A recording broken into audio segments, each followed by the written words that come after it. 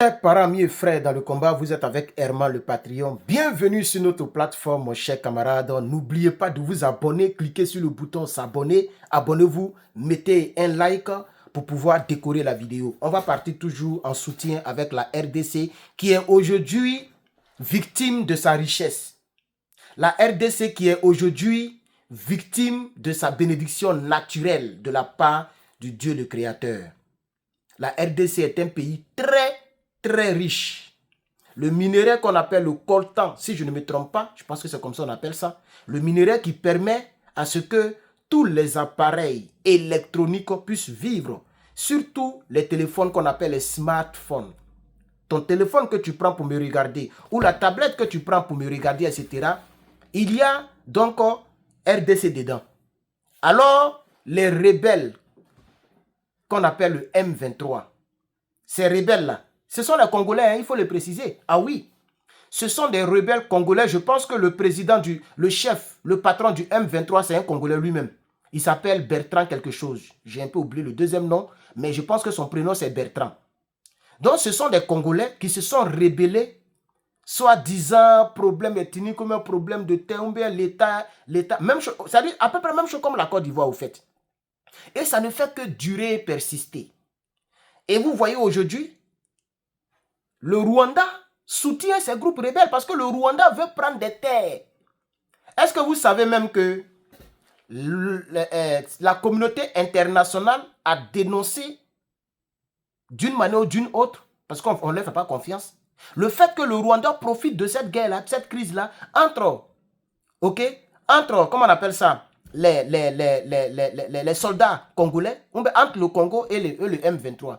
Le Rwanda les soutient, ça vous le savez, on ne va pas trop perdre le temps. Mais vous savez ce que le Rwanda fait?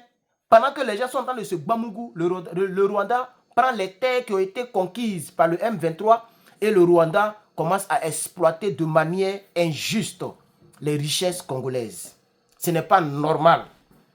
Ce n'est pas normal, chers camarades. Ce n'est pas normal. Alors, cette vidéo, de quoi il s'agit? Paul Kagame vient de lancer un ultimatum. En français terre à terre, si vous voulez, un avertissement. Non, pas, c'est pas même définition, désolé. Un avertissement, c'est ça qu'il faut placer. Il a lancé, il a mis en garde l'Afrique du Sud. Pour ceux qui ne le savent pas, oui, depuis un bon moment, les soldats sud-africains sont en train de combattre en RDC. Et il y a eu un affrontement tout récemment entre le M23, les rebelles appuyés par le Rwanda, il faut toujours mettre ça à côté, et les militaires sud-africains. Il y a 13 militaires sud-africains qui sont tombés. Il n'y a même pas longtemps même. Il y a 13 militaires sud-africains qui sont tombés. Ça veut dire que du côté du M23 et aussi des soldats, comment on appelle ça, rwandais, il y a d'autres qui sont tombés là-bas. C'est ce que ça veut dire. Alors Paul Kagame est monté au créneau, le voici ici. Il est fâché, il est monté au créneau. Voilà. Quelque chose qui se passe entre le M23 et puis l'État congolais. Lui, il est là pour fournir en armes ces rebelles-là. Et il est monté au créneau. Et il a ainsi jeté l'huile sur le feu. Il attend d'aggraver la situation sécuritaire qui est déjà chaotique. La situation humanitaire qui est déjà invivable. Les gens, est-ce que vous savez que les Congolais, actuellement, où je te parle là, je parle donc dans l'est du pays, surtout Kivu. C'est comme ça on dit ça, non? Kivu, bien quoi là. Voilà. C'est un dossier que je vais étudier maintenant. J'ai commencé à étudier ça il n'y a pas longtemps. Donc je peux me tromper, excusez-moi si je me trompe. Mais c'est dans l'est congolais. Il y a même le président congolais qui a fait une déclaration, qui a fait un message, un magnifique message que j'ai aimé d'ailleurs, et qui a dit que lui, il ne veut pas négocier avec les rebelles. Il ne négocie pas avec les rebelles, que lui, il va mobiliser les troupes pour aller contre ces rebelles-là. J'ai regardé une petite vidéo sur France 24. Ils sont en train de dire que pourquoi Paul Kagame, Tshisekedi Félix, il refuse de négocier avec le M23. Mais est-ce qu'on négocie avec un rebelle? Toutes les personnes qui ont négocié avec des rebelles, ce n'est jamais arrivé quelque part. Surtout quand il s'agit des rebelles de votre propre pays. Ils vont toujours être les mêmes personnes. Un rebelle reste toujours un rebelle. Alors, M. Tshisekedi a décidé de mobiliser son pays, de mobiliser son peuple. Le discours a été fait hier ou avant-hier, si je ne me trompe pas. On dirait que c'est avant-hier. Moi, j'ai regardé ça hier. Il a mobilisé ses troupes, il a mobilisé sa population, il a demandé à la population de Goma de tenir, il a demandé à la population, toute la population congolaise de tenir, et il a demandé aux soldats de continuer le combat. Et ce Paul Kagame là, il met en garde contre l'armée, comment on appelle ça, contre l'armée de l'Afrique du Sud. Pour ceux qui ne le savent pas, voici ce qu'il a dit. Il dit qu'ils se mènent de leur... Pardon, qu'ils se mènent de ses affaires. Il parle de l'Afrique du Sud. C'est la réponse qui a été crue, sèche, courte. La réponse rwandaise au pays de Nelson Mandela. Le président Paul Kagame a ainsi lancé un avertissement ferme à l'Afrique du Sud de la présence de ses troupes dans l'est de la République démocratique du Congo, où les combats font rage, où les rebelles avancent. Les soldats sud-africains sont en train de combattre pour aider les soldats congolais. Et donc Paul Kagame, ça ne l'arrange pas parce que lui, il veut prendre assez de terre avec les rebelles. Et pendant que les gens sont en guerre, lui, il exploite, il exploite, il exploite. Et vous voyez, la communauté internationale est silencieuse sur l'affaire. Je ne sais pas si vous avez remarqué. Un silence total. Et c'est pourquoi les Congolais ont manifesté à Goma. Ils ont brûlé des ambassades. Vous savez que Goma, c'est comme Bouaké. Hein? Dans le centre de la Côte d'Ivoire, la capitale, c'est un peu du Bouaké. Il y a Yamoussoukro. Yamoussoukro, c'est la capitale économique de manière officielle, la capitale politique de manière officielle de la Côte d'Ivoire. Vous voyez, mais Bouaké, si vous voulez, au nord, on peut dire, ça dit une plus grande ville, Korogo, c'est comme une petite capitale du nord. Hein, c'est une manière de parler. Donc, dans l'est du pays, là, dans l'est congolais, Goma, c'est comme la capitale de tout ce coin-là. Actuellement, hier même, ils ont pris l'aéroport. Ils ont pris presque tout Goma même.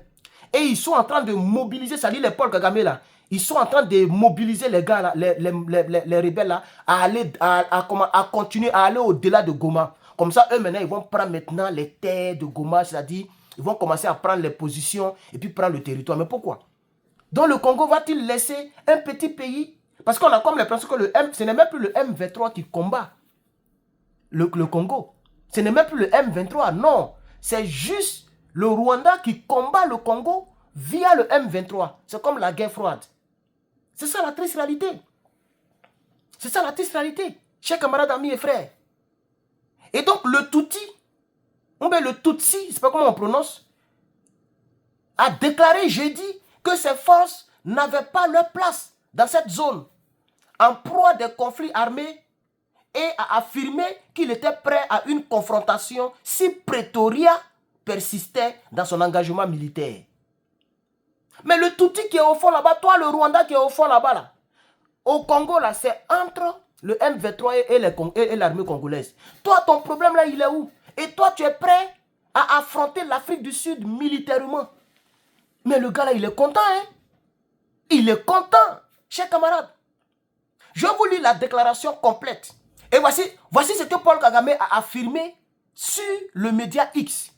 Je n'aime pas trop appeler ça X. Twitter, on va dire Twitter. Voici ce qu'il a dit exactement. Il parle de la force sud-africaine. Il dit, cette force n'était pas une mission de maintien de la paix,